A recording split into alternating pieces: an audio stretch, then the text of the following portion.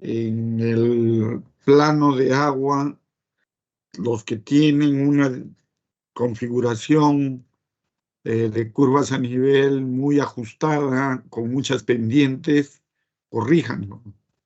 Se les ha dado la oportunidad de que lo presenten, no lo han presentado, esa era la idea, de que presenten ese plano a curvas a nivel para poder corregir. Pero la mayoría de ustedes no lo ha presentado, casi nadie ha presentado, una o dos personas. Pues bien, lo que les sugiero es, el plano de agua van a tener que adjuntarlo al plano de desagüe para ver yo la coincidencia de las líneas a nivel, de las curvas a nivel. Así que si van a corregir, corrijan el plano de agua y luego, con ese plano corregido, trabajen el desagüe. Caso contrario, se les va a hacer un poco complicado. La equidistancia, para los que tienen equidistancia mayores a 5 metros, si no han sabido distribuir bien sus curvas a nivel, les va a ser un poco más complicado. Pero bueno, son gajes del oficio. ¿Alguna pregunta al respecto de lo anterior, de lo que viene o alguna situación que no está clara?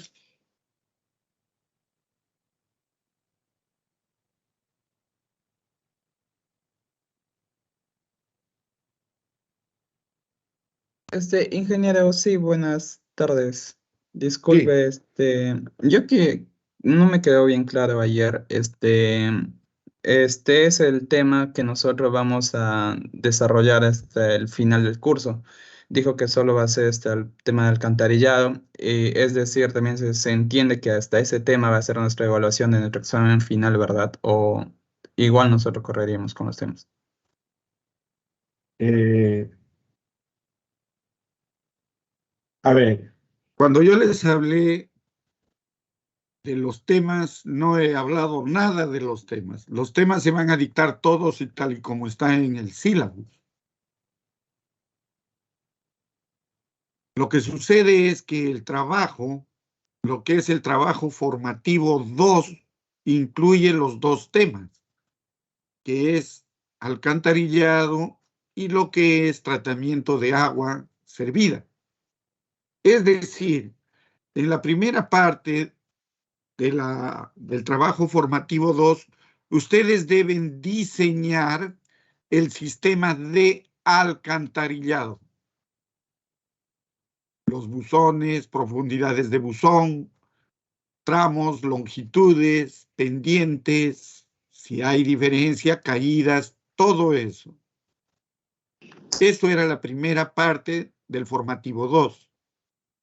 Pero la segunda parte del formativo 2 es con el caudal de salida, con ese caudal que ustedes lograban al final, que es el 80% del caudal del agua, es decir, todo el agua recolectada salía a un buzón final.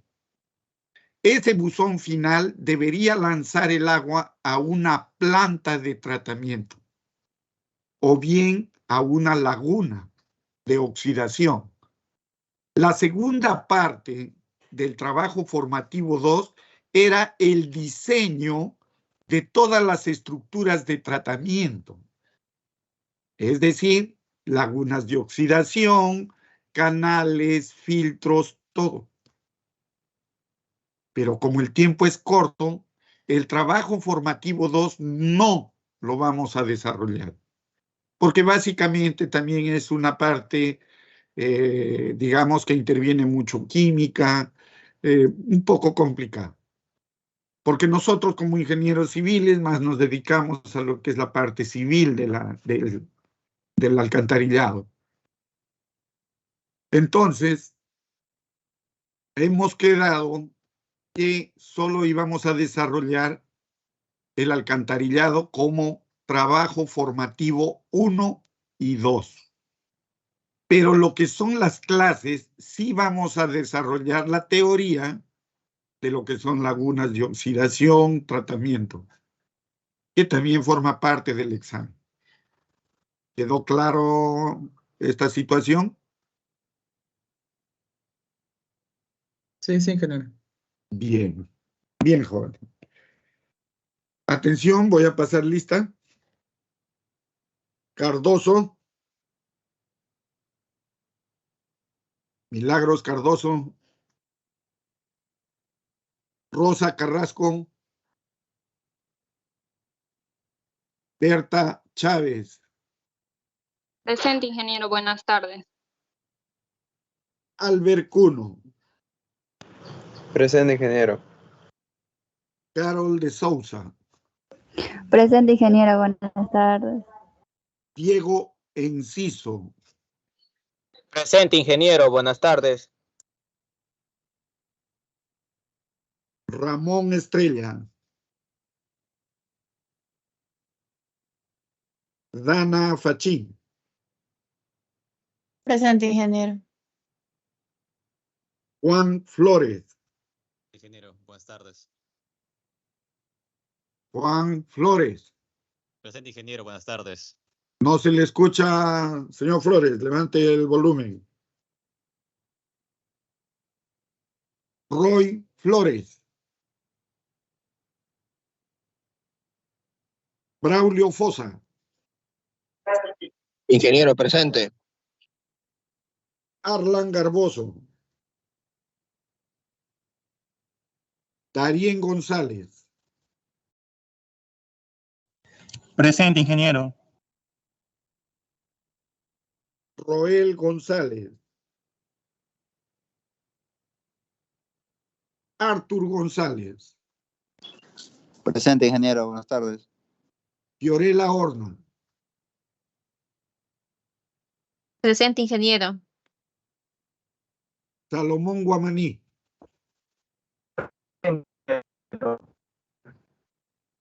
Evelyn Guampa. Presente, ingeniero. Buenas tardes. Jan Irarica. Presente, ingeniero. Buenas tardes. José Manturano. Yanela Mendoza. Yulisa Mendoza. Alexander Mollán. Presente, ingeniero. Buenas tardes. Jordi Mori. Ingeniero, presente. Jordi Mori. Joel Moya. Ronaldo Oyola. Gino Perales. ingeniero. Ronaldo, yo lo presento. Jason Ramírez. Presente, Ramírez, ingeniero. Buenas tardes. Oliver Ramírez. Presente, Oliver Ramírez. Mónica Rodríguez. Alexis Rodríguez. Presente, ingeniero. Gerardo Rojas. Presente, ingeniero. Buenas tardes. Franklin Rojas. Presente, Franklin. Heidi Romero. Presente, ingeniero. Buenas tardes. Ángelo Rosales. Yamila Saboya. Joan Sánchez. Caleb Cerruche. Presente, ingeniero. Buenas tardes. Jorge Cimarra. Presente, ingeniero. Kevin Yacolca. Presente, ingeniero. Jarden Zapata. Zapata, presente. Bien, jóvenes. El tema de hoy, básicamente, vamos a exponer una teoría breve, por cierto, de todo lo que nos da la normativa. Se va a explicar algunos puntos que me parecen importantes, pero les recomiendo que ustedes lean la norma. Son 3 normas esenciales que deben ustedes conocer. Y no solo leerlas, deben interpretar la norma. Algunos puntos que me han parecido importantes los estamos explicando, pero deben ustedes leer esa norma. porque en base a esa norma ustedes van a ejecutar su trabajo. El cálculo de los colectores es un proceso simple que se lo puede desarrollar en un Excel. Me interesa que lo hagan en Excel para que vean ustedes las diferencias que existen entre un dato y el otro dato.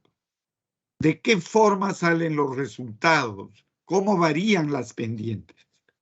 Luego ustedes que entiendan bien este proceso y los datos que ingresan y los resultados que obtienen, cuando comprendan bien esto, podrán ustedes emplear, no lo sé, cualquier programa, WaterCAD, ServerCAD, cualquier programa, el Loop, cualquier programa. Porque un programa, ustedes cargan los datos, meten la topografía, la misma máquina les obtiene las cotas, longitudes, aplastan una tecla y salió el resultado. ¿Qué seguridad tienen ustedes que lo que les ha arrojado la máquina es lo correcto?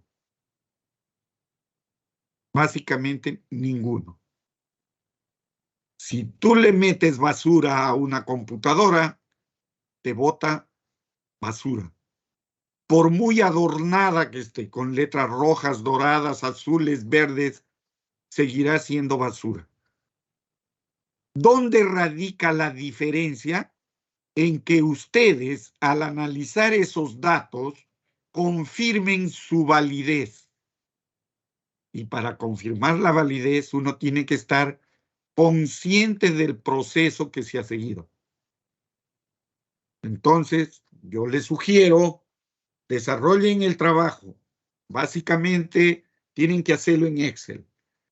Se les va a hacer llegar un modelo de cuadro en Excel para que ustedes lo desarrollen. Tiene un ejemplo, es de una universidad, me parece, creo que es de la Universidad de Huánuco, me parece, mal no recuerdo, pero está completo, muy, muy completo.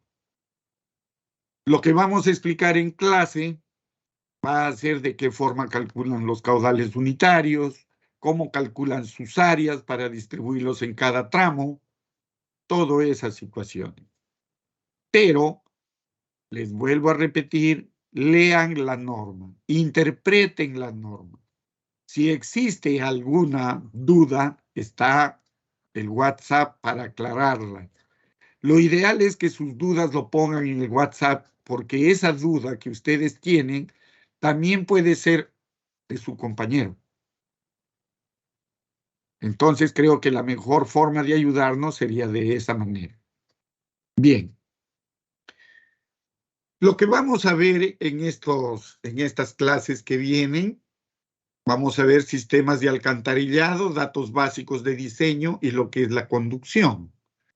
Lo que vamos a ver dentro de eso es la normatividad vigente, los sistemas de alcantarillado y sus definiciones, tipos de sistema de alcantarillado.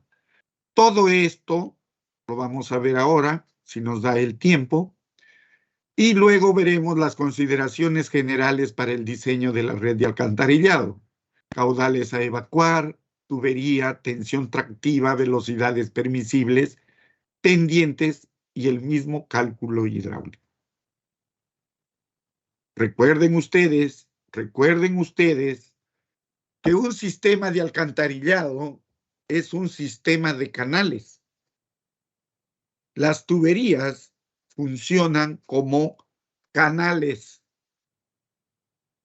Les sugiero repasen su teoría de mecánica de fluidos en lo que se respecta a canales. Fórmulas de Manning, la fórmula de Chessy, que es la fórmula general para el cálculo. Recuerden ustedes que la fórmula general es la de fórmula del señor Chessy, ¿verdad? ¿Recuerdan? Donde está C raíz cuadrada de algo adentro. Esta es la fórmula de Chessy. calcular el caudal, calcular la velocidad, calcular. Esta es la fórmula. Lo complicado es determinar el C. Para el C existe infinidad de fórmulas.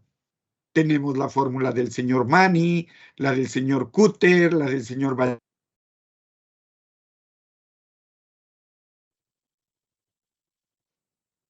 Deben ustedes repasar la parte de canales, porque un sistema de alcantarillado es una tubería, es un conducto cerrado, pero cuando transporta el fluido, lo hace a superficie libre.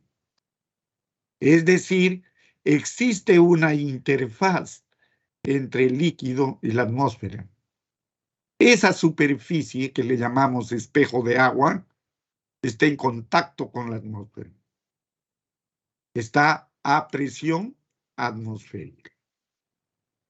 Cuando nosotros diseñamos nuestro sistema de alcantarillado, se supone que conducimos de un buzón a otro, bajo cierta pendiente.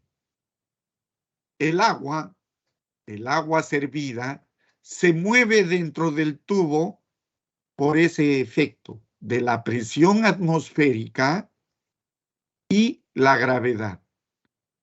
¿Que la gravedad qué le da? Por el peso que tiene.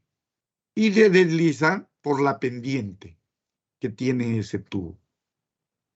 Deben revisar todas las fórmulas, los conceptos de canales, especialmente en las secciones circulares. Eso ya no lo vamos a enseñar acá. Se supone que ustedes ya conocen esa situación. ¿Ya? Tienen que ver el cálculo del tirante normal. Recuerden ustedes que cuando diseñamos canales, tenemos que calcular un tirante normal. De repente, en algún momento, un tirante crítico, un caudal máximo, un caudal mínimo y un caudal medio, ¿no? Cuando diseñemos nuestro sistema de desagüe. Conceptos como tensión tractiva, lo que está indicando acá, es porque en desagües ya no se utiliza lo que antes nosotros empleábamos, por ejemplo, en mecánica de fluidos. Velocidad mínima de 0.60. ¿Con qué razón se utilizaba esa velocidad de 0.60? Señorita Dana, ¿qué razón tenía de que la velocidad sea como mínimo 0.60 metros en un canal o en una tubería a presión?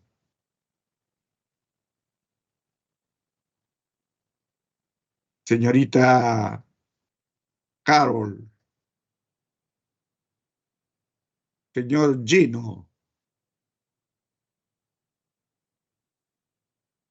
Exactamente.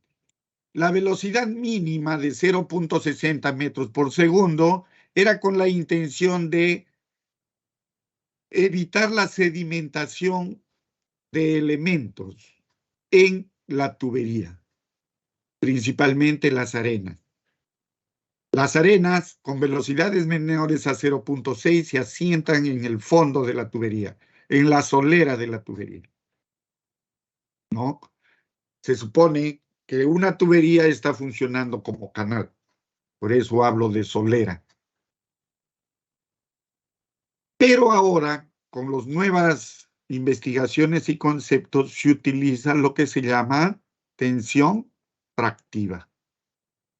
La tensión tractiva es una fuerza que se genera por el desplazamiento del líquido del agua servida y arrastra a los sólidos que se encuentran. Con esta tensión tractiva, que según la norma nos dice que debe ser como mínimo 1 pascal, nos aseguramos que la velocidad que genera que se genera con esta tensión mínima, inclusive es menor a 0.60, pero nos aseguramos de que va a existir arrastre de los sólidos. Es decir, va a existir la autolimpieza del tubo. ¿Ya? La autolimpieza del tubo. Bien, jóvenes. La normatividad vigente, nosotros ya conocemos el Reglamento Nacional de Edificaciones. Dentro del reglamento tenemos las normas OS, que son unas normas de infraestructura para infraestructura sanitaria, ¿no? Y dentro de ellas tenemos esta norma, la 070, que se refiere a lo que son redes de aguas residuales. Recuerden ustedes que las normas del reglamento nacional son aplicables a poblaciones mayores de 2.000 habitantes. Cuando la población es menor a 2.000 habitantes, ¿qué norma utilizamos? Señorita Horna.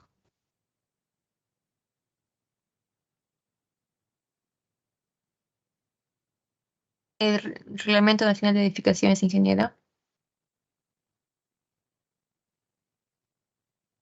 Señor Rojas Rengifo. Cuando la población es menor a 2.000 habitantes, ¿qué norma utilizamos? La 192. Exactamente. La resolución 192, que son para poblaciones rurales.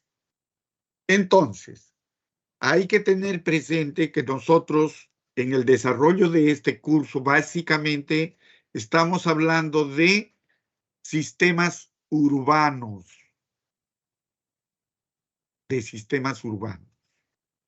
Pero ustedes ya como estudiantes, como gente que va a laborar, deben tener ya el interés de revisar esa norma 192, la resolución 192.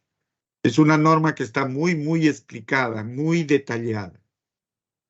Básicamente no existe el tratamiento de aguas,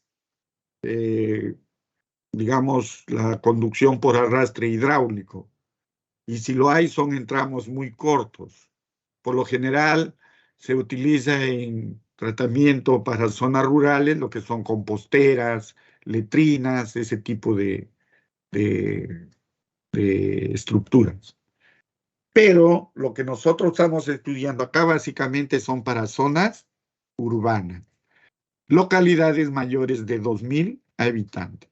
Muchos se preguntan y dicen, si mi población es de 2.000, esas 2.000 habitantes, mayores de 2.000 habitantes, dice, esos 2.000 habitantes, ¿a qué se refiere?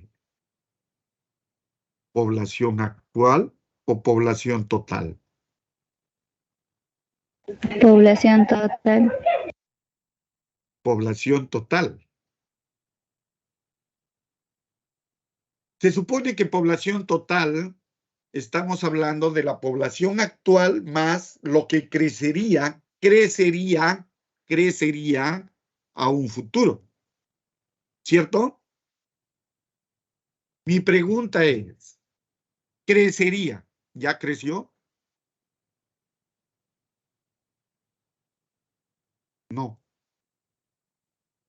Entonces, esto es una gran discusión. Muchos dirán 2.000 habitantes con proyección. Pero, ¿qué pasaría si yo diseño con una población de 2.000 habitantes con proyección y esa población no creciera?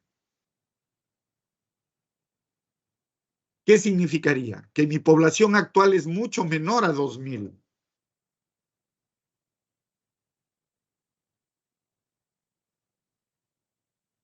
Entonces, tengamos en cuenta lo que yo les estoy indicando es lo siguiente. Yo tengo una población, por decirles, de 1.300 habitantes. Pero se da el caso que en mi proyección a 20 años yo llego a 2000. ¿Cuál aplico? ¿El reglamento nacional o el rural?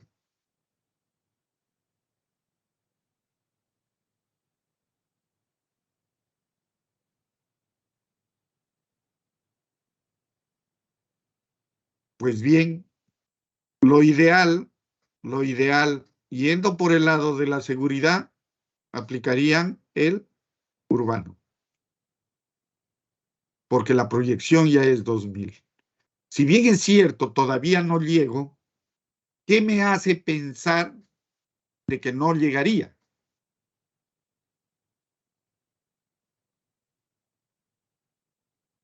¿No? De repente, con el estudio de campo, lo que ha sucedido en muchas ciudades o caseríos y distritos de Madre de Dios, por ejemplo. Caseríos que tenían poblaciones de 300, 400 habitantes. Descubrieron oro en los ríos. En menos de un mes alcanzaron poblaciones de 3.000 a 4.000 habitantes. Pero duró 1 año, 2 años, y luego disminuyó. Entonces, son cuestiones que uno debe definirlos en el campo. Cuando se haga el estudio, necesariamente hay que hacer esas consideraciones. Ahora, si yo tengo una población de 1.300 y las comunidades de los alrededores tienen la misma población y el crecimiento es lento, pues necesariamente consideraré rural, ¿no? La otra situación es la siguiente. Cuando nosotros vemos poblaciones rurales, por lo general decimos poblaciones dispersas. Eso es lo que se ve en el campo. Pero ¿qué pasaría si un distrito o un caserío tiene 1.000 habitantes, pero concentrados en una, digamos, distribución de manzanas concentrada, como si fuera una pequeña ciudad? Como ejemplo yo les pondría, digamos, San José de Yarinacocha. Aíslenlo de Pucallpa. ¿Qué es San José? ¿Distrito? ¿Caserío? ¿Rural o urbano? Sería urbano por la cercanía que tiene a Yarinacocha, ¿verdad? Entonces, ese tipo de consideraciones no lo van a obtener ni de libros ni de alguna bibliografía. Tienen que ir al campo, visitarla al campo, visitar la comunidad, recorrer la comunidad. ¿Ya? Dentro de la misma norma, nosotros tenemos algunas definiciones básicas. Tenemos lo que son redes de recolección, donde dice que el conjunto de tuberías principales y ramales colectores que permiten la recolección de las aguas residuales generadas en las viviendas. Las redes de recolección son un conjunto de tuberías. Al decir un conjunto de tuberías, significa que habrá unas tuberías que son más importantes que las otras, como estamos viendo más abajo, y dice ramal colector, tubería principal. Significa que debe existir diferentes tipos de tubería en esas redes de recolección, ¿verdad? La misma norma nos indica, revisen ustedes, qué es un ramal principal, un emisor, un interceptor. Un ramal colector, dice, es la tubería que se ubica en la vereda de los lotes. Recolecta el agua residual de una o más viviendas y las descarga a una tubería principal. ¿Qué es lo que nos indicaría esto? Si yo tengo las viviendas, recuerden ustedes que cada una de las viviendas tiene una caja, ¿sí? Tiene una cajita. Esa cajita es una caja de conexión domiciliaria. Pero recuerden ustedes que la conexión domiciliaria es desde la caja al colector, o sea, hacia afuera. Todo lo que está de la caja para adentro se llama redes prediales. Redes prediales. Entonces, lo que nos está diciendo que el ramal colector es lo que sale de las viviendas y llega a una tubería. Ese es un ramal colector. El ramal colector es donde llegan las conexiones domiciliarias. Una tubería principal es el colector que recibe las aguas residuales provenientes de otras redes y o ramales colectores. Entonces, la tubería principal ya sería una que se conecta a este colector.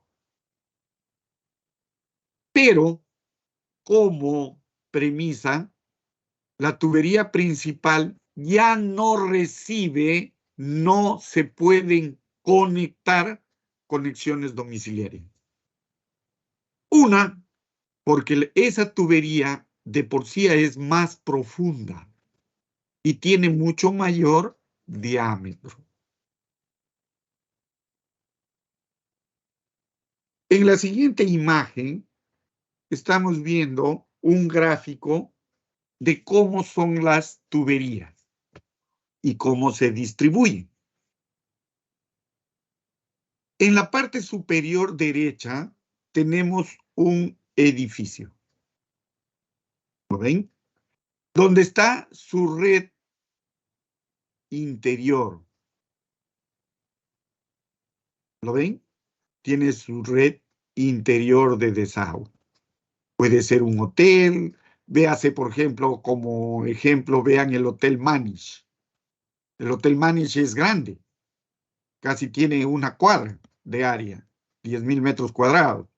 Entonces, todo el desagüe interior, la red colectora interior, la red colectora predial, la misma cervecería San Juan, por ejemplo, la misma Coca-Cola, la Cola Real, todas esas empresas tienen en el interior una red de desagüe, que es la red de desagüe predial. Las viviendas, los hoteles, todos lo tienen. Esa es la red predial, colectora predial. Pero de esa red colectora predial sale a una caja que está en la vereda. Por lo general está en la vereda. Recuerden ustedes que la vereda es propiedad pública. Desde el límite de propiedad para adentro, propiedad privada. Del límite de propiedad para afuera, propiedad pública. Y la conexión domiciliaria se encuentra en propiedad pública. Toda la red colectora predial se conecta a esta caja.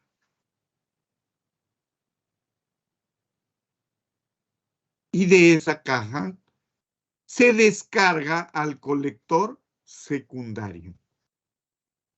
La caja y la tubería que lo conecta al colector secundario se llama conexión domiciliaria.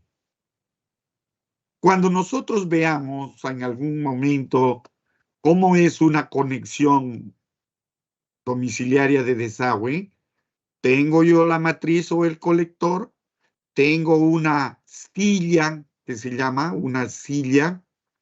Esa silla tiene una toma, una abertura.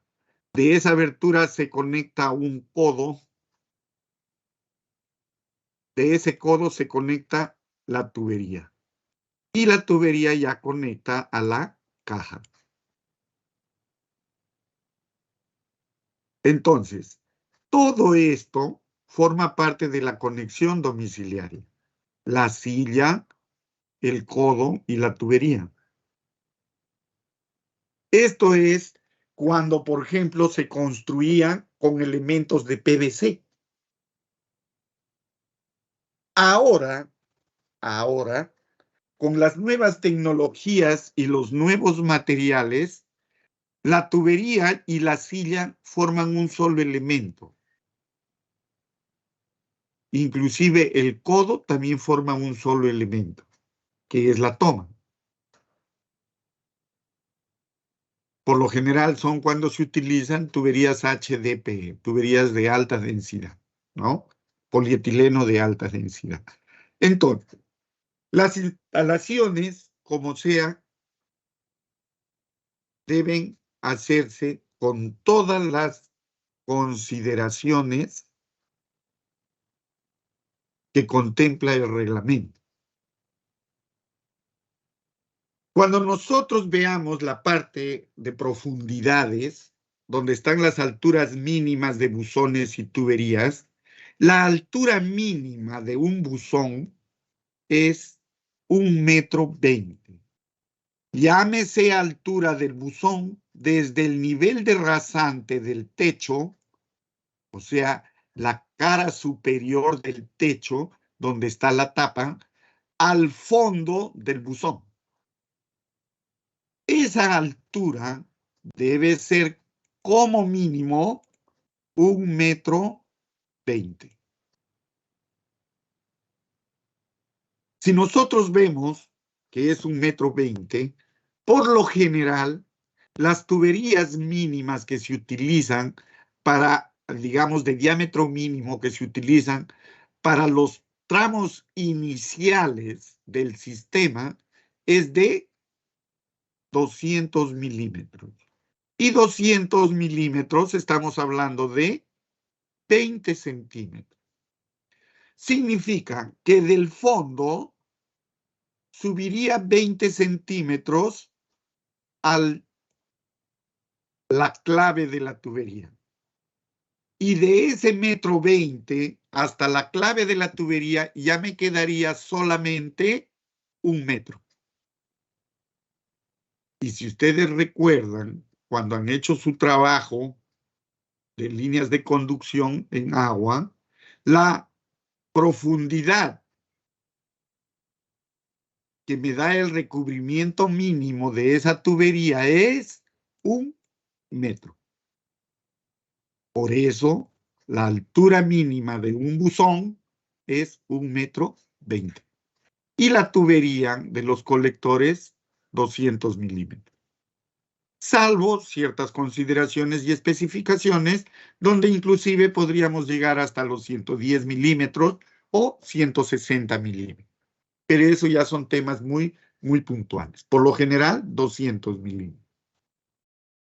Entonces, recuerden ustedes que cuando uno ubica las tuberías, háblese un colector secundario, un colector principal o un emisor, debe cumplir ciertas características. Recuerden también ustedes que una tubería, un colector, digamos, secundario, no tiene mucha profundidad. Si el buzón mínimo es 1,20 m, significa que yo tengo el terreno, tengo mi colector y tengo mi caja de desagüe. Y de esa caja de desagüe lo instalo al colector. Pero ¿Recuerdan ustedes qué diferencia existe de nivel entre la plataforma de la calle y la vereda?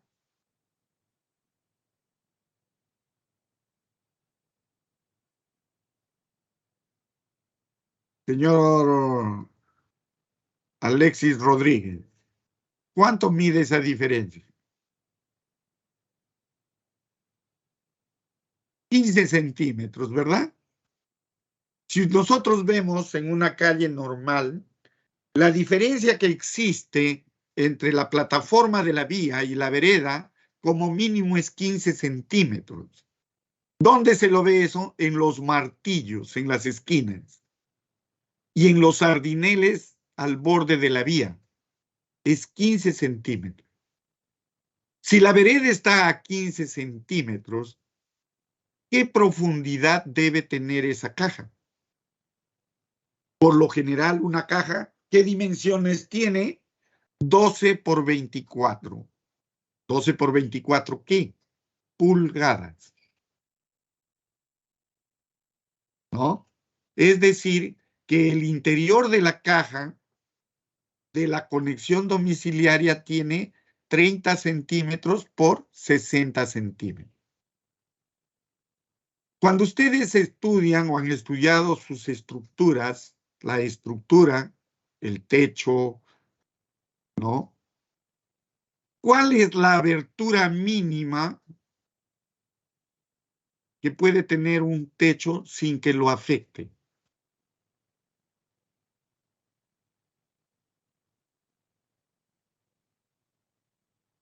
Tengo una losa de concreto armado y necesito hacer un hueco de inspección. ¿Qué dimensión mínima debe tener para que no lo afecte estructuralmente?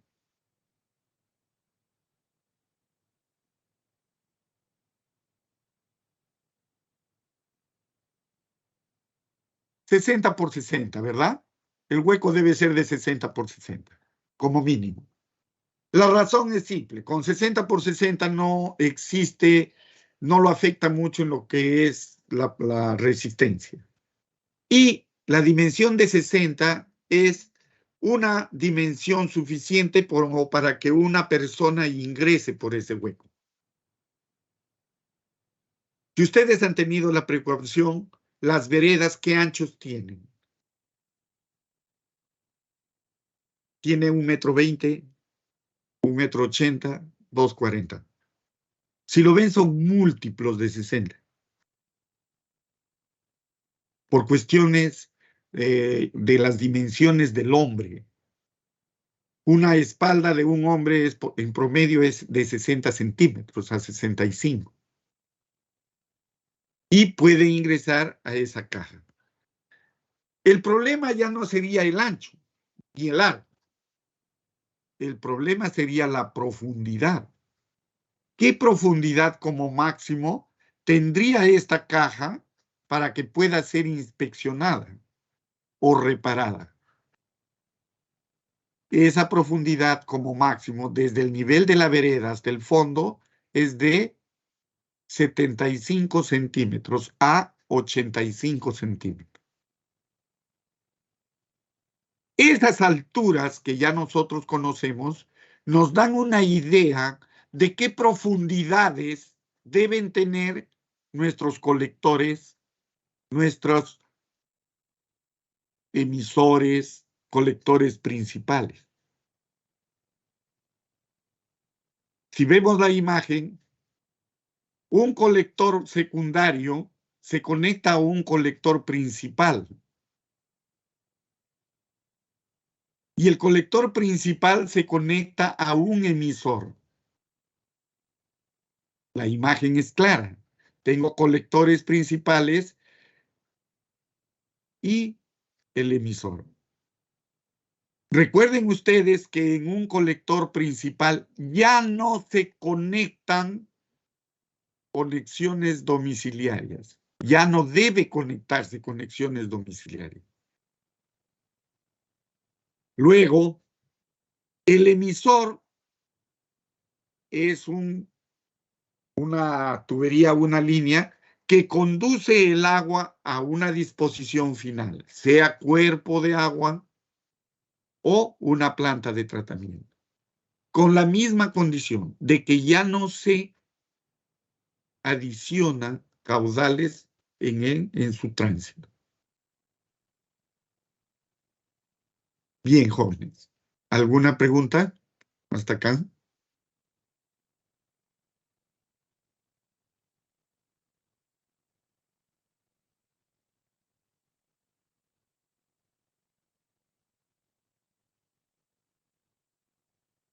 Bien.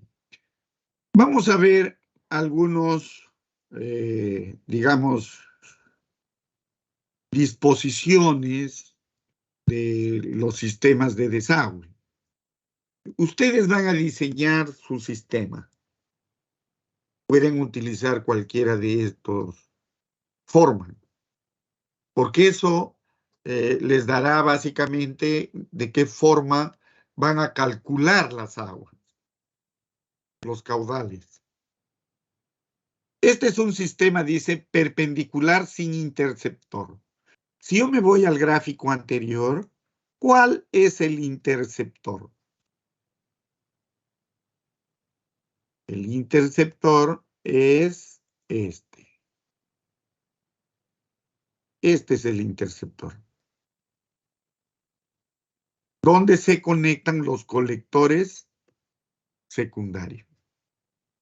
Si nos vamos a la imagen, estos son colectores secundarios. Pero no existe el interceptor.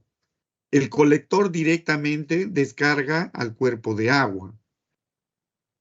La nomenclatura que ven aquí, básicamente, es la de un buzón, pero como buzón de arranque.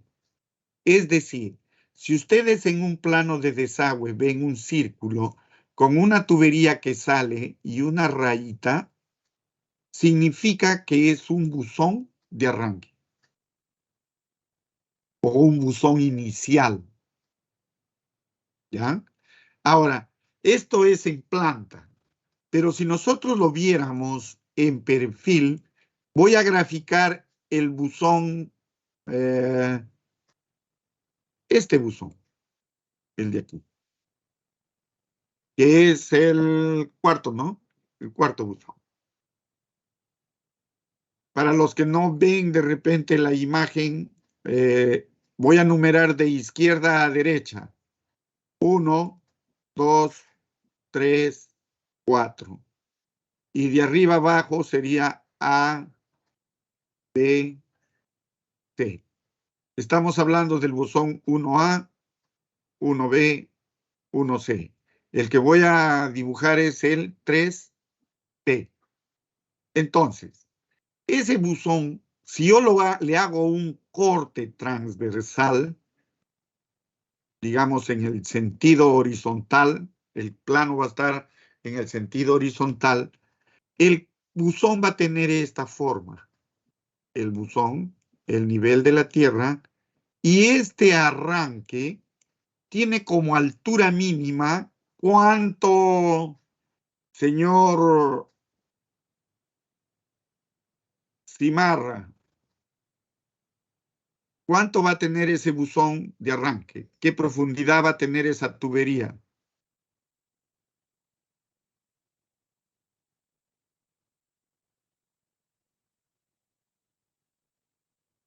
Un 1,20 m, ¿verdad? Porque la altura mínima de un buzón es 1,20 m. Esta es la tubería que está a la derecha, que arranca en el sentido horizontal en la imagen. Esta altura es 1,20 m. Y esto es un buzón de arranque para ese sentido. Pero lo que está bajando verticalmente en el plano se lo vería como un tubo en el fondo. ¿Lo ven cómo hay de diferencia? Este sería el tubo que baja del buzón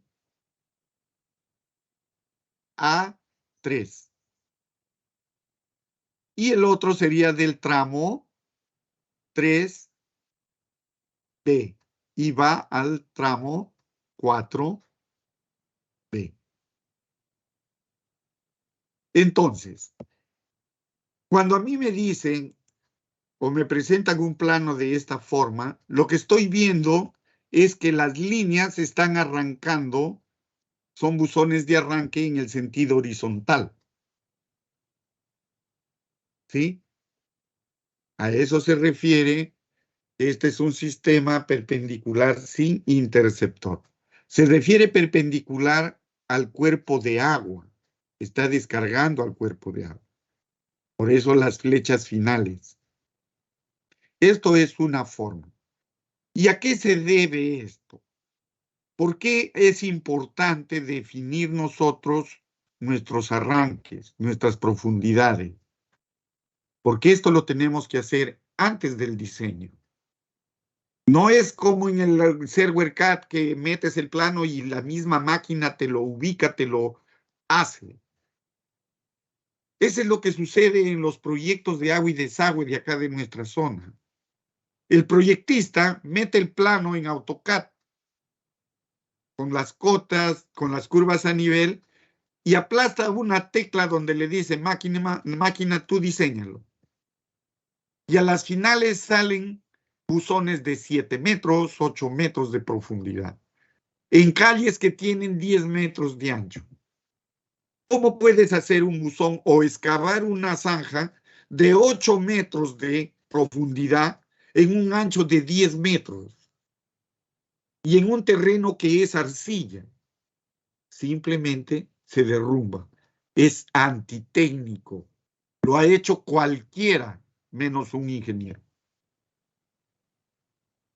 Cuando nosotros diseñamos, adoptamos la forma de tal suerte de que nos dé las menores alturas de excavación. Y puede ser esta. Cuando nosotros distribuimos los caudales, yo tengo acá una manzana. ¿Lo ven? Tengo una manzana. Tengo la otra manzana y tengo acá la otra manzana. Cuando yo quiero distribuir las áreas, los aportes a cada uno de mis colectores, ¿qué es lo que hago? Básicamente, 45 grados desde el buzón, 45 grados del otro buzón, 1, 45 grados del buzón, 45 grados del otro buzón. Y el área de aporte para este tubo, para este tramo, es esta figura.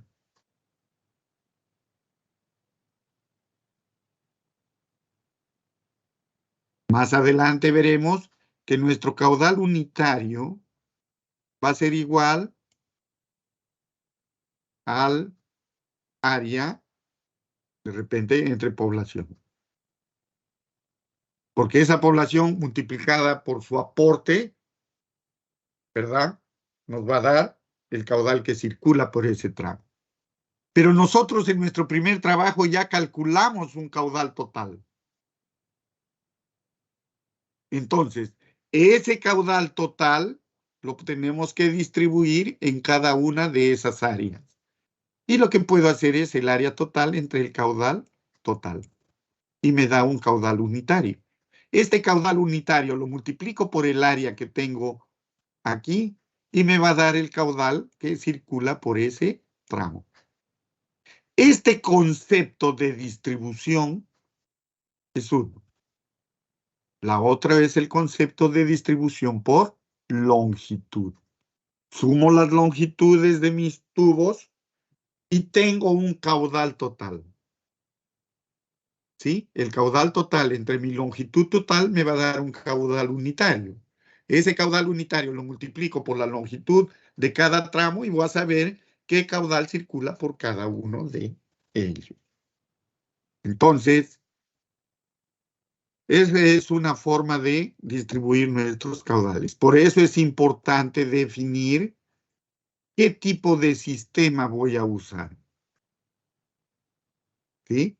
¿Qué tipo de sistema? Este de acá es un sistema perpendicular sin el interceptor. El interceptor iba acá abajo, ¿verdad? Pero no tiene este interceptor. Otro tipo de sistema es el perpendicular con interceptor. Recuerden ustedes que esto ya es los colectores, lo que estoy pintando de naranja, ¿verdad? Esos son los colectores. Los colectores son las tuberías que reciben las conexiones domiciliarias. Conexiones domiciliarias. Es decir, los lotes descargan en esas tuberías. Si descargan en esas tuberías, significa que las conexiones domiciliarias pueden estar en este sentido o en este sentido. Pero las viviendas descargan a esas tuberías. Pero en el interceptor ya no existe descarga de conexiones domiciliarias. Ese es el interceptor. Luego, si ustedes ven, los interceptores van incrementándose, porque de toda esta área yo tendría acá un caudal 1, de toda esta área un caudal 2, que sumado al caudal 1 por este interceptor ya iría caudal 1 más caudal 2. Y en el último, caudal 2 más caudal 3. Pero el incremento de caudales se da por los interceptores, no por conexiones domiciliarias. Entonces, cuando ustedes diseñen, tienen que ubicar sus colectores y sus interceptores. O a las finales de repente lo diseñan sin interceptores. Pero el diseño será un poco más laborioso. Luego, ya tendríamos lo que es el emisor. Y el emisor ya es pues lo que evacúa a un cuerpo receptor, que sería por ejemplo un río, una quebrada, algo, pero donde ya no existe aporte ni de los interceptores, ni de conexiones, ni nada. Puede descargarlo a un río, puede descargarlo al mar cuando es un emisor submarino, o puede descargarlo a una planta de tratamiento. Recuerden ustedes que del emisor puede ir a las lagunas de tratamiento, ¿no? A las lagunas de oxidación. Se oxidan, nuevamente se recoge el agua y nuevamente se lo lleva al cuerpo receptor. Este tramo de la planta de tratamiento de aguas residuales al río también se llama emisor. Condición de que sea un emisor, que no ingrese nada en su tránsito, nada. No entra conexiones, no entra caudales de algún interceptor, nada. ¿Ya? Su diseño es un diseño un tanto complicadito, pero nada del otro mundo. Luego tenemos un sistema perpendicular con interceptor y aliviadero. La imagen es clara, ya conocemos cuáles son los colectores, cuáles son las, digamos, los interceptores, son los verdes, pero allí existe una especie de cajitas que descargan directamente al río. Eso se llama aliviadero de demasías. ¿Y a qué se debe, digamos, la construcción de estas estructuras? En nuestro país, el sistema de desagüe es un sistema separativo. Se dice separativo cuando el sistema de desagüe o aguas servidas va por una línea, por un sistema, y las aguas de lluvia van por otro sistema, muy independiente. Por lo general, el sistema de aguas de lluvia le llaman un sistema de aguas blancas, porque básicamente no están contaminadas. A lo mucho, pues tendrán sedimentos, cuerpos en suspensión, pero no tienen la carga orgánica que tiene un desagüe. En nuestro país, nuestras normas nos dicen que nuestro sistema de alcantarillado es separativo. Por un lado va el desagüe y por otro sistema las aguas de lluvia. Las aguas de lluvia tienen su propia norma, si mal no recuerdo es la 080 o 060 creo, donde se diseña un sistema de aguas de lluvia. Y el sistema de desagüe que se diseña con las normas OS. Pero, como nosotros sabemos, vivimos en nuestra mágica Pucallpa. A mí personalmente me gusta Pucallpa. Me quedaré acá toda mi vida. Tenemos una costumbre muy, digamos, antitécnica. Las personas eliminan su agua de lluvia de sus viviendas ingresándolo a su conexión domiciliaria de desagüe. Por eso es que en las calles, cuando llueve, el agua rebosa por las tapas de los buzones. Porque el sistema no ha sido diseñado para esa carga hidráulica, para ese caudal. Recuerden ustedes que cuando han diseñado su ciudad con el sistema de agua, han obtenido en promedio un caudal entre 30 y 40 litros, por decir, 30 litros por segundo. Eso es el caudal que ustedes le dan a la comunidad como caudal máximo horario. Otros pues tendrán 60, 70, de acuerdo a lo que han calculado. Pero el caudal máximo horario con el que ustedes abastecen a la comunidad está en este rango de 30, 40 litros por segundo. Entonces, si el caudal máximo horario es de 30 litros por segundo, ¿de qué forma lo calcularon? Con la población. Lo magnificaron con un coeficiente K1 para el máximo diario. Lo magnificaron con un coeficiente K2 para el máximo horario. Mi pregunta es, ¿en qué momento incluyeron la lluvia ahí? En ningún momento.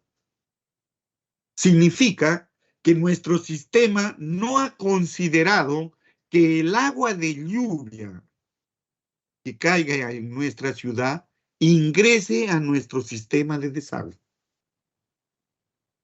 Por eso nuestro sistema es separativo.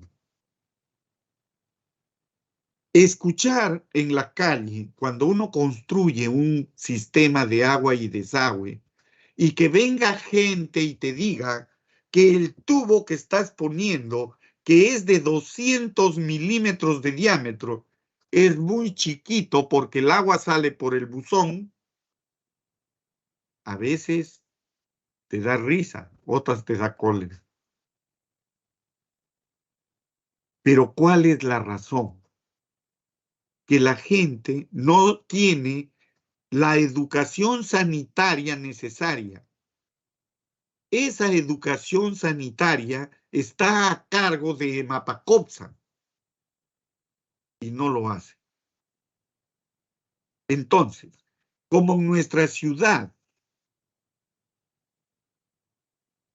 hay gente que hace ingresar el agua de lluvia a nuestro sistema,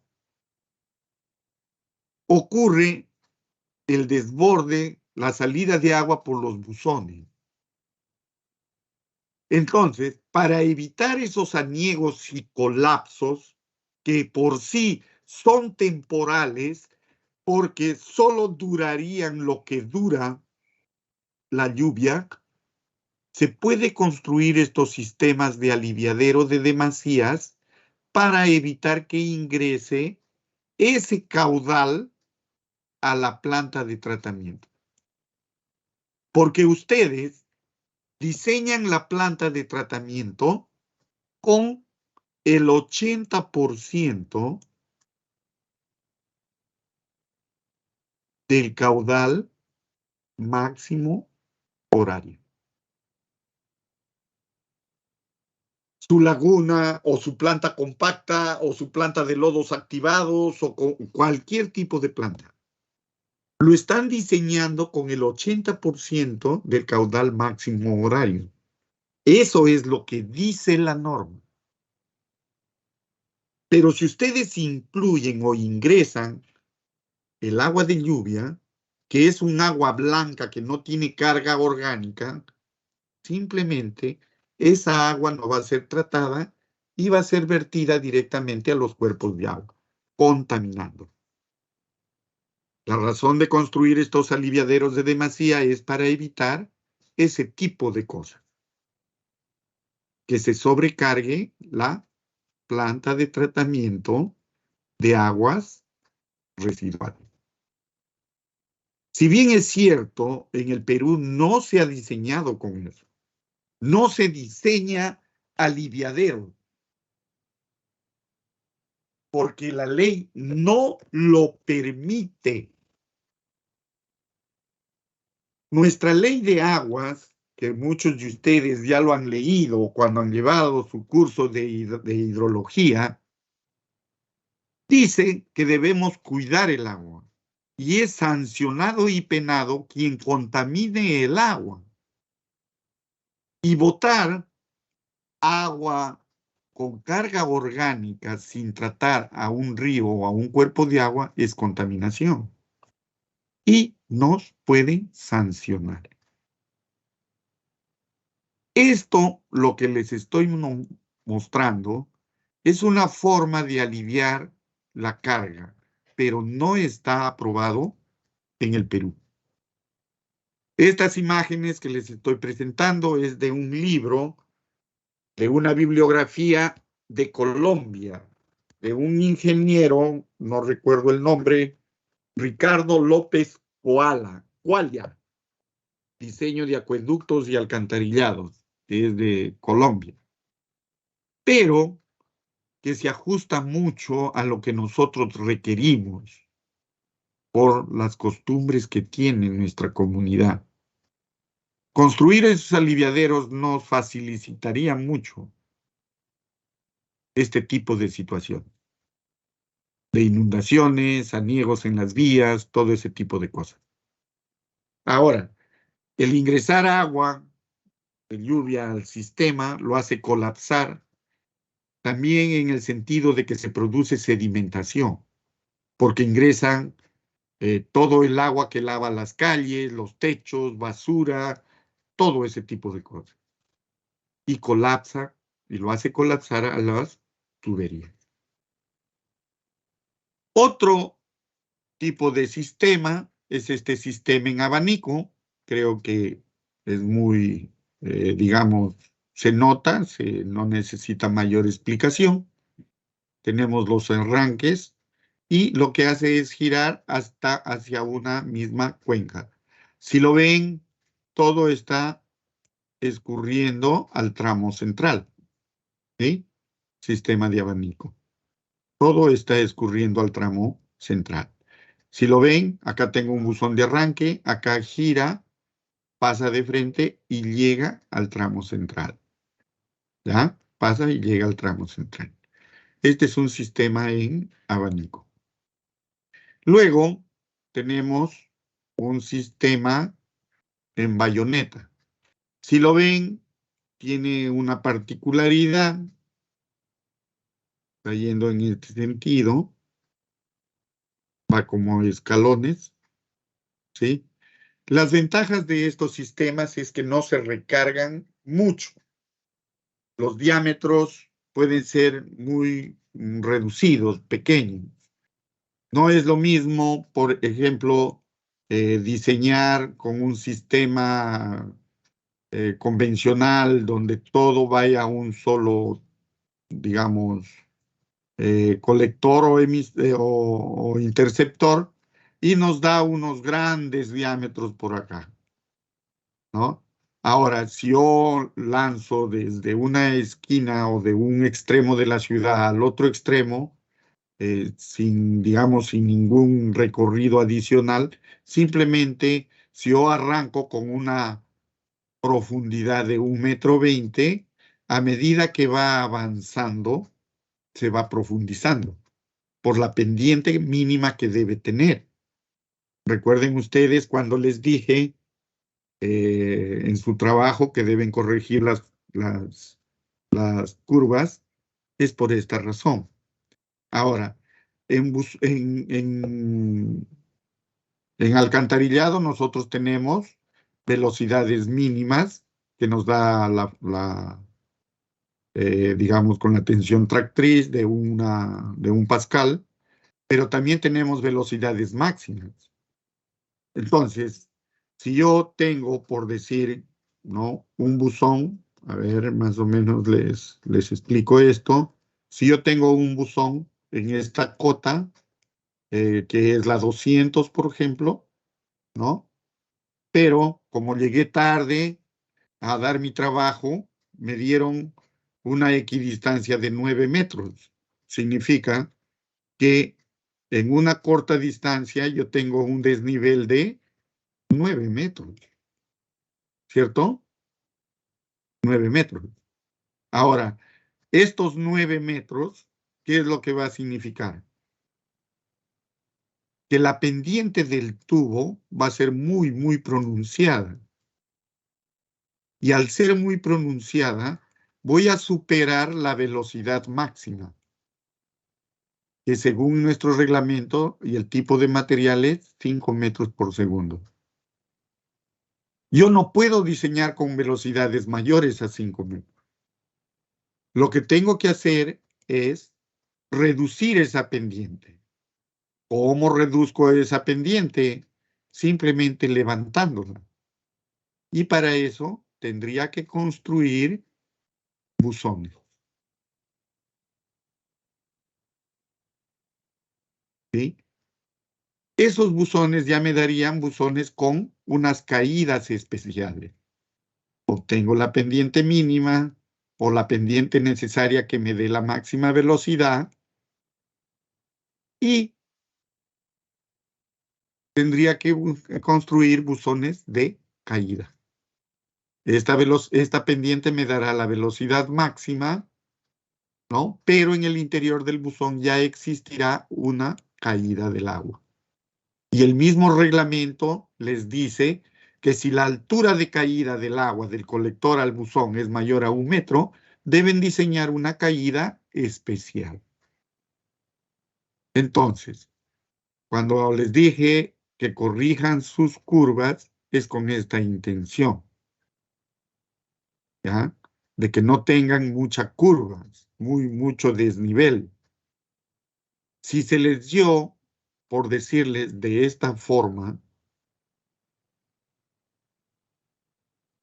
y la diferencia es, por decir, este de acá tiene 191,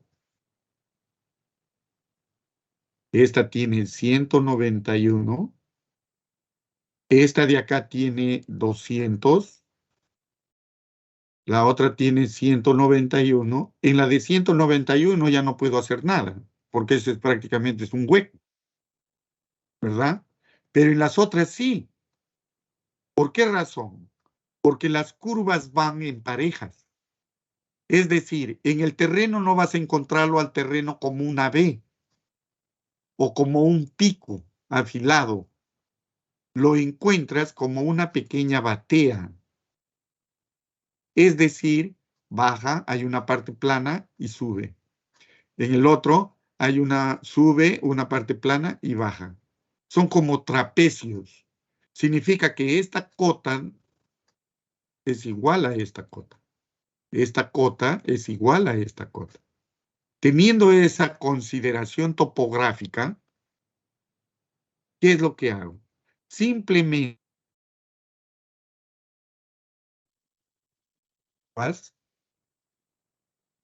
lo que hago es, de repente, una curva que acompañe a la otra.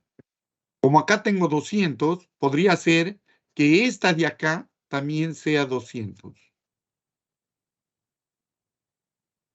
200, 200. Ya cumplí, porque esta de acá también es 200. ¿Verdad? Ya cumplí. Ahora, para completar mis curvas, ¿qué hago? Simplemente digo, si acá tengo 200 y acá 200, la que sigue, ¿cuál es? 191. Entonces lo dibujo de esta forma. Y cumplo con mi equidistancia que me ha dado, y mi proyecto ya es mucho más sencillo. Este curso, este trabajo, tenía esa intención de que ustedes pongan en práctica lo que conocen en topografía. Ustedes diseñando las curvas a nivel para que su trabajo sea más sencillo, cuando vayan al campo y se imaginen lo que les ha dado el ingeniero Quiroz en el plano, lo van a resolver mucho más rápido. Van a saber de qué forma enfrentar. Oye, acá tengo una pendiente alta. No, no va a funcionar así. Lo llevo por este lado. Esa era la intención de darles este tipo de trabajo. Ahora, los que tienen, lo complicado es, por ejemplo, cuando la equidistancia es mucha, como acá, que es 9 metros. Pero también es complicado cuando la equidistancia es 2 metros. En el agua no hay problema, porque el agua, como trabaja a presión, sube y baja. El problema está en el desagüe. Los que tienen equidistancias mayores a 5 metros, esos van a tener problemas y van a tener que diseñar buzones de caída.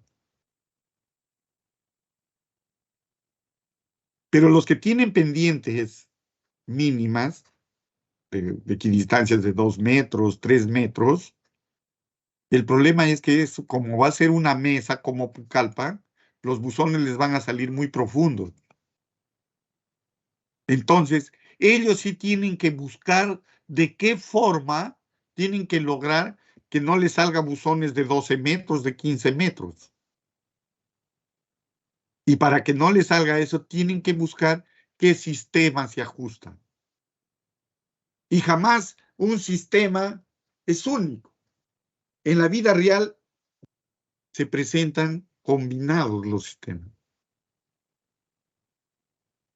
Recuerden ustedes que nuestro proyecto es con tratamiento.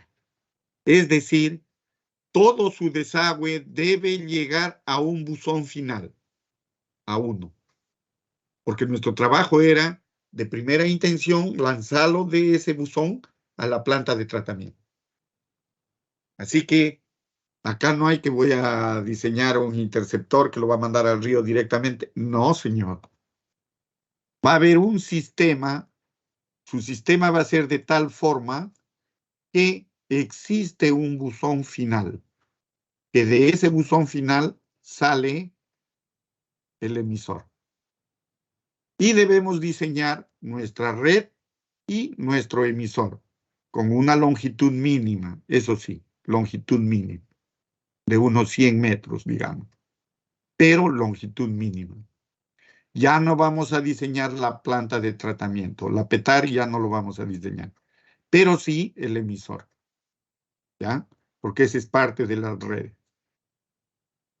Bien. Luego, a ver, ¿alguna pregunta hasta el momento? ¿Alguna inquietud?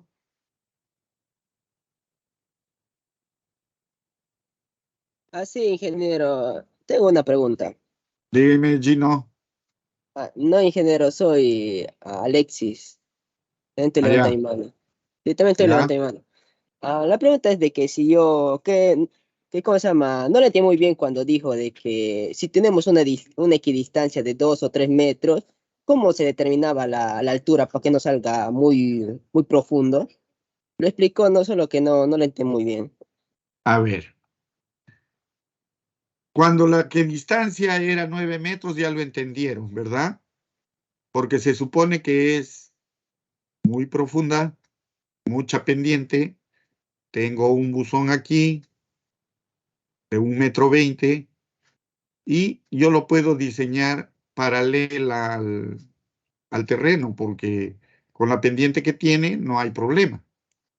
Pero esa pendiente me va a arrojar una velocidad mayor a 5 metros por segundo. Y al ser mayor no me van a aceptar.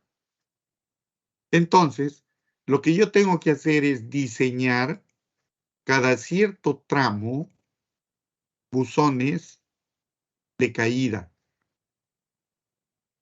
lo que se llama buzones de caída. ¿Cuántos? No lo sé. Eso ya lo determinarán ustedes en su estudio. Estos buzones de caída, lo que van a lograr es que la pendiente se reduzca.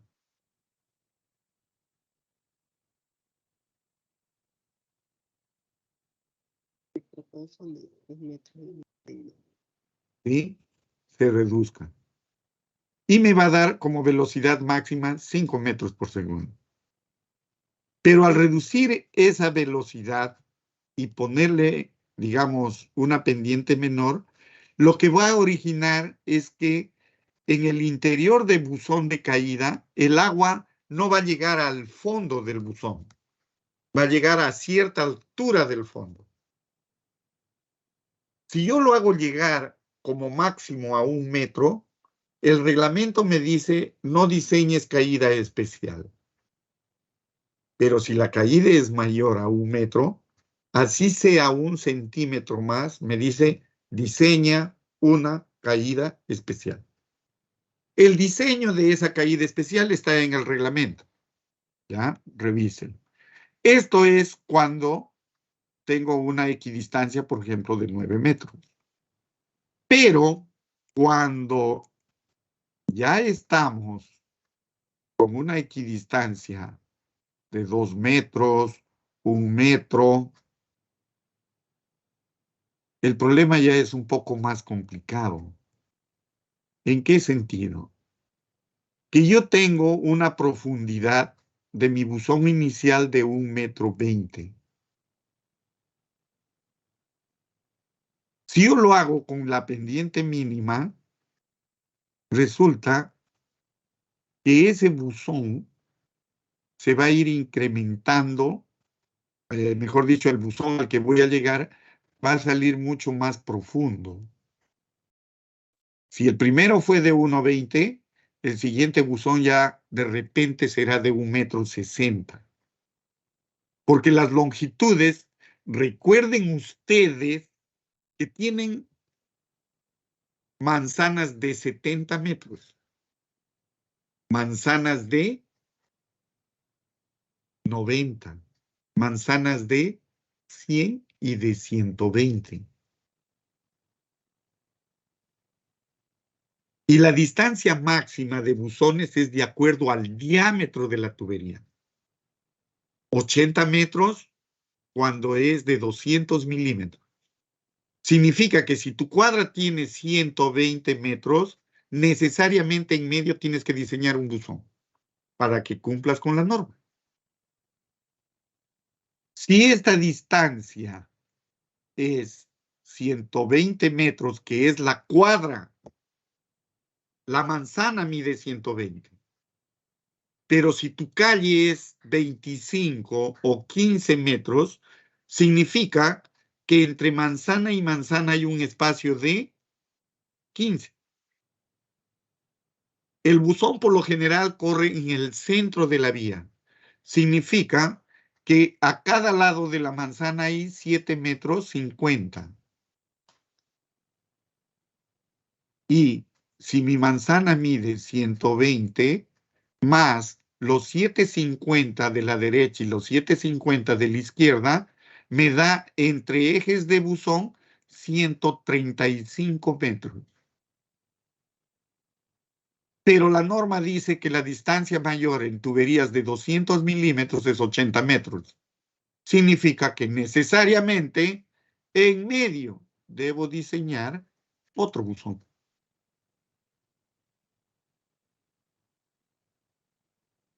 Luego, por pendiente mínima, que ahí vimos un punto de tensión tractriz, voy a diseñar la pendiente mínima para los tramos iniciales, de tal forma que me aseguren la velocidad de arrastre.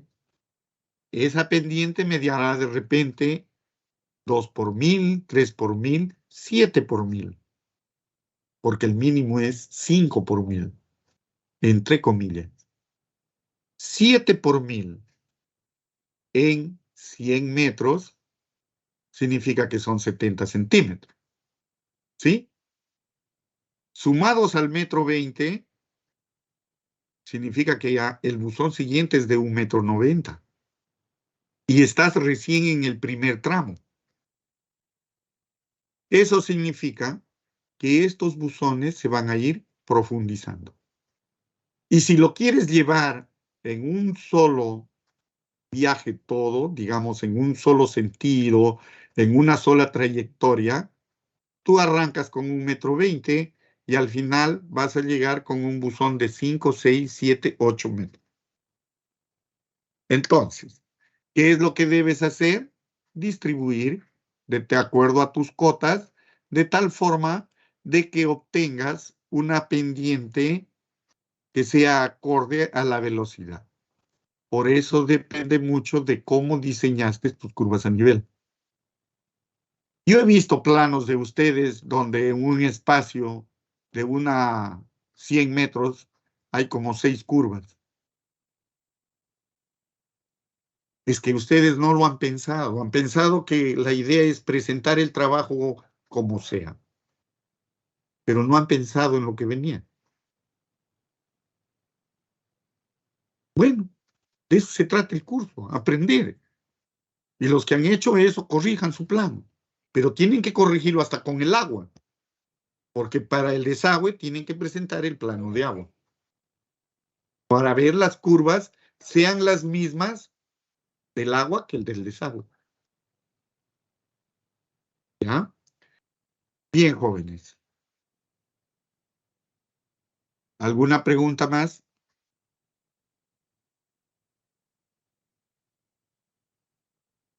Bien. Luego tenemos estas definiciones. ¿Recuerdan ustedes en la definición anterior, la última que nos quedamos, que es tensión tractiva? Dice que es el esfuerzo tangencial unitario asociado al escurrimiento por gravedad en las tuberías de alcantarillado. Es importante esto, por gravedad, ejercido por el líquido sobre el material depositado en el fondo de la tubería. Luego tenemos lo que es pendiente mínima, ¿ya? Esta pendiente mínima lo voy a calcular con ese criterio de tensión tractiva. La tensión tractiva mínima es 1 pascal, eso ya lo vamos a ver en el ejemplo cuando diseñemos un tramito, y en base a eso ya ustedes diseñarán. Si ustedes llegan a entenderlo, todo el cuadro en Excel va a ser solo meter sus datos, aplastan la tecla y sale. Pero lo bueno es que en el Excel ustedes van a entender tramo por tramo cómo van acumulando sus caudales. ¿Qué sucede con sus pendientes? ¿Qué sucede con los tramos? ¿Necesitas un buzón intermedio? De ese tipo de cosas. Luego, profundidad, lo que es el recubrimiento que hemos visto y lo que es conexión domiciliaria de alcantarillado, que ya lo hemos revisado. Como bases tenemos nuestro cálculo de población, ¿no? Y lo que les estaba indicando, lo que es el caudal de contribución al alcantarillado, que es el 80% del caudal de agua consumida. ¿Qué caudal es el que consume? El caudal máximo horario. El caudal de diseño es el máximo horario. Bien. En el dimensionamiento hidráulico, esto ya es parte de la norma, que también lo vamos a ver con un ejemplo. Esto es la parte teórica de la norma. Dice que todos los tramos de la red deben calcularse los caudales iniciales y finales. ¿Sí? El valor mínimo del caudal a considerar será de 1.5 litros por segundo. ¿A qué se refiere esto? Cuando nosotros tenemos un sistema de desagüe, háblese esto, y hacemos nuestra repartición de caudales, este caudal que ingresa al primer tramo, 1.5 litros por segundo, que nos dice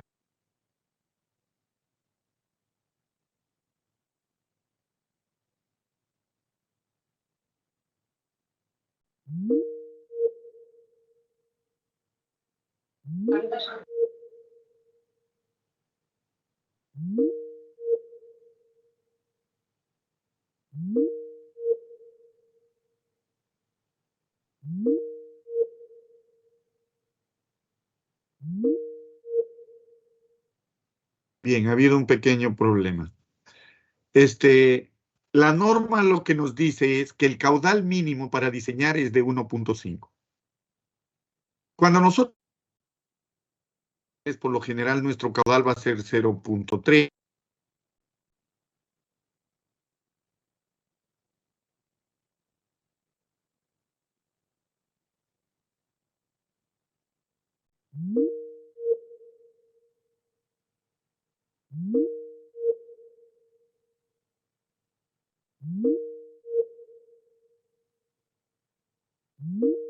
Bien, jóvenes, me parece que hay problemas en la red que está cortando. ¿Cuánto falta? 5 minutos. Esta parte de lo que es ya caudales, contribuciones, lo vamos a ver la siguiente clase. Vamos a aprovechar porque ya se está cortando el internet. Quiero llamar lista a los que faltan. ¿Ya? Milagros Cardoso. Presente, ingeniero, buenas noches. Rosa Carrasco. Presente, ingeniero. Buenas noches. Ramón Estrella. Roy Flores.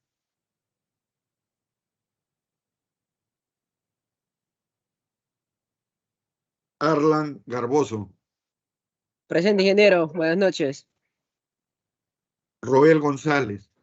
Presente, ingeniero. Buenas noches. José Manturano. Yanela Mendoza. Presente, ingeniero. Yulisa Mendoza. Joel Moya. Presente, ingeniero. Mónica Rodríguez.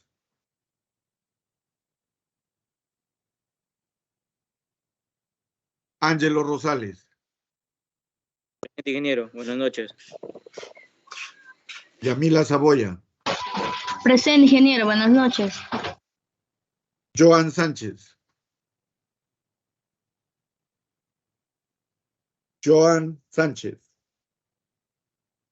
Mónica Rodríguez. Yulisa Mendoza. José Manturano. Roy Flores. Ramón Estrella.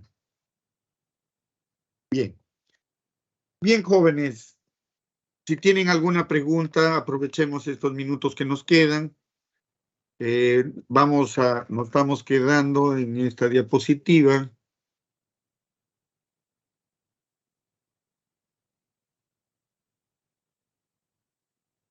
¿Ya?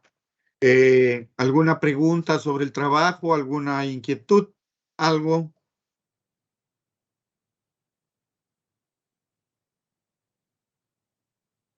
Deben entregar su trabajo el día lunes, me parece que es Sí, 11. ingeniero, tengo una pregunta. El alumno Alexis. Sí, dime, Alexis. Para poder diseñar, para poder realizar nuestra red de distribución de agua, ¿cómo se llama? Sus puntos donde va a salir el agua hacia las viviendas, eso debe estar en la cota más alta, ingeniero. Esa es mi duda, porque estaba leyendo lo Los que nos ha dejado. puntos a las viviendas. Ajá. Pero si tú no tienes lotización en tu plano, Alexis. A las viviendas tú lo que tienes, a las finales, es simplemente un esquema de esta forma, donde hay dos circuitos. No tienes tú conexiones domiciliarias. Mejor dicho, tu plano no está lotizado, es solo por área. Y nosotros ya sabemos distribuir eso. Calculamos el área para cada nudo. ¿Recuerdan? Ahí hay un ejemplo en el cuaderno. Calculamos un área a cada nudo. Distribuimos los caudales de acuerdo a las áreas a cada nudo.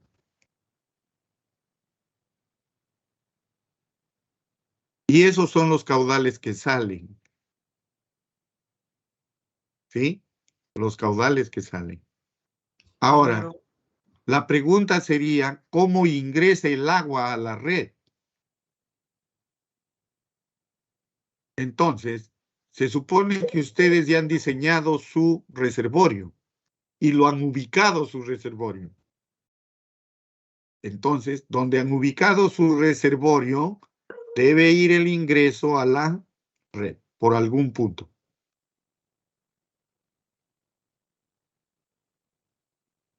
Sí, dígame quién preguntó. Ingeniero, no sé si me logra escuchar. Sí, dime. Entonces, ¿cómo se llama? Cada nudo debe estar puesto ya sea en un punto específico o en cualquier punto. Se supone que allí en el mismo, deben leer lo que yo les estoy enviando. Parece que ustedes no leyeran lo que se les envía o no lo pueden interpretar. Se supone que yo tengo mi ciudad. Mi ciudad es manzanas, calles que se intersectan. Tengo calles de 15 metros, calles de 25 metros. ¿Verdad? Cada uno de esos cuadrados es una manzana. En el ejemplo que se les ha dado en la teoría, dice que las tuberías principales deben estar separadas cada cuántos metros, señorita Dana.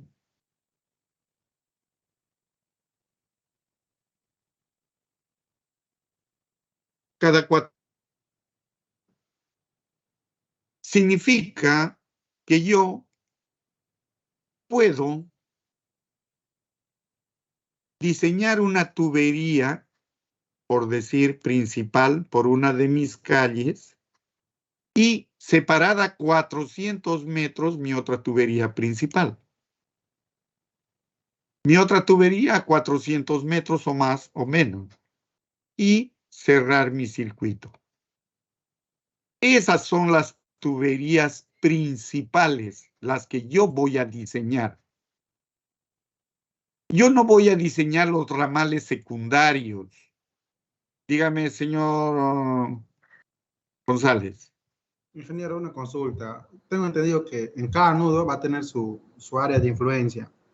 Esa área de influencia tiene un máximo, se puede decir, porque cuando yo he estado queriendo diseñar, ¿no? Queriendo, porque todavía no lo hago, mi redistribución, he trazado, pero como mis calles no son rectas, he tenido curvas. Esas curvas no necesariamente son nudos, ¿no, ingeniero? Exactamente, señor Kennedy. No necesariamente son nudos. Pero como recomendación ahí también en el cuaderno hay un ejemplo donde dice que la distribución de los caudales de salida deben ser en promedio iguales o muy parecidos. Es decir, yo tengo mi ciudad acá. No sé si lo lograrán ver, pero para los que ven. Si esta es mi ciudad, yo tengo mis líneas principales. A ver, un color que se note, digamos este. Entonces, yo tengo mis líneas principales. Están separadas entre sí 400 metros. Eso es lo que hemos dicho, 400 metros. Está en el cuaderno. Esas son las líneas principales, las troncales. ¿Sí? Las troncales. Yo debo distribuir las áreas de tal forma que los caudales que me den sean parecidos. Es decir, si yo tengo, por decir,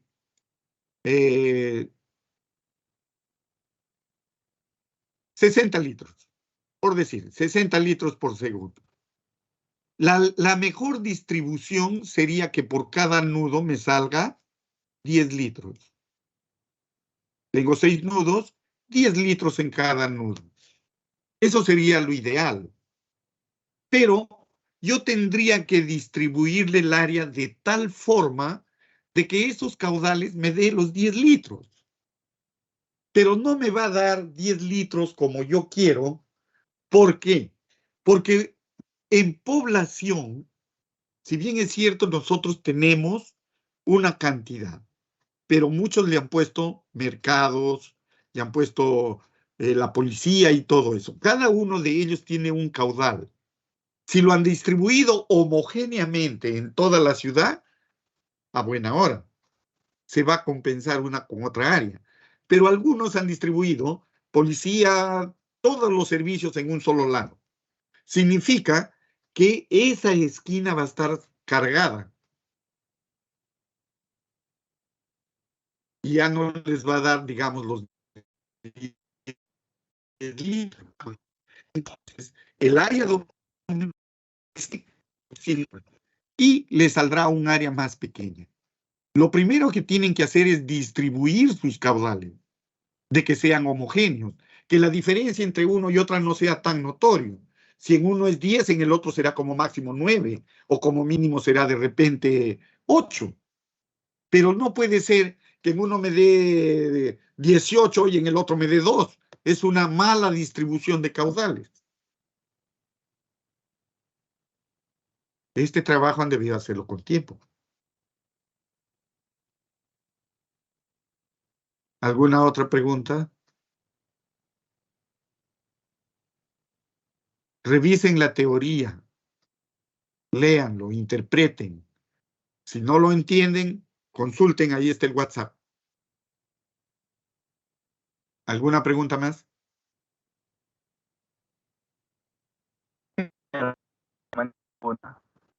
En este caso, la densidad poblacional, ¿tendría que ver algo en ese caudal o tendría que obviarlo? La densidad lo que les está sirviendo es para que calculen la población que va a tener su área de expansión urbana. Porque en el diseño también tiene que ingresar el área de expansión urbana. Esas manzanas tienen que dibujarlas con líneas punteadas. Lo pondrán en una esquina, lo pondrán alrededor de la ciudad, pero debe ir esa área. Por algo estamos calculando una población futura. Esa población futura necesariamente necesita un espacio para vivir. Y ustedes deben destinarle en su plano esa población. Esa área. No se le escucha bien. ¿Cómo? No se les escucha bien. Podría ser flotante. Esa red no podría ser una red flotante. ¿Cómo? ¿Red flotante? No entiendo. Es decir, separada la red de distribución principal a la actual. ¿O no consideraríamos eso?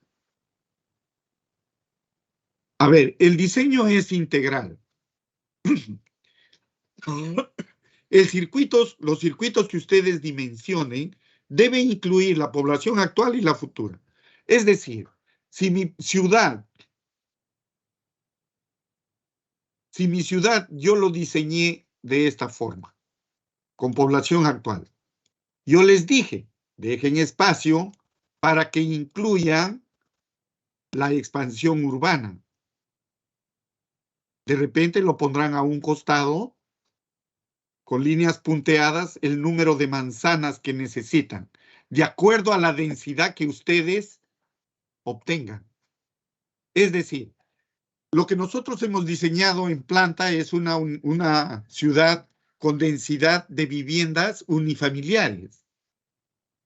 Si yo quiero que mi población futura sea también con viviendas unifamiliares, pues me saldrá gran cantidad de manzanas. Pero si quiero que sean pocas manzanas, tendré que diseñar con una densidad multifamiliar y lo acomodaré de alguna forma dentro de la ciudad. ¿Verdad? Dentro de la ciudad. Pero deben incluirse las manzanas de expansión urbana. Porque de eso se trata la población futura. La población futura no existe. Pero cuando se dé necesita un lugar para vivir y ese es el área de expansión urbana. Y cuando ustedes diseñen sus redes, necesariamente tiene que incluir el área de expansión urbana. Entonces, cuando distribuyan sus áreas, tiene que incluir la expansión urbana. Por eso seguramente les está dando cosas raras ahí. Tienen que incluirlo. Y eso es lo que está en el ejemplo del cuaderno, de las diapositivas. Revisen las diapositivas.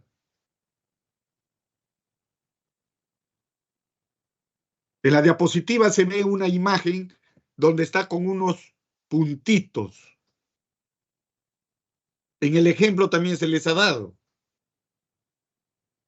Bien, jóvenes. ¿Alguna pregunta más? Caso contrario, nos quedamos ahí.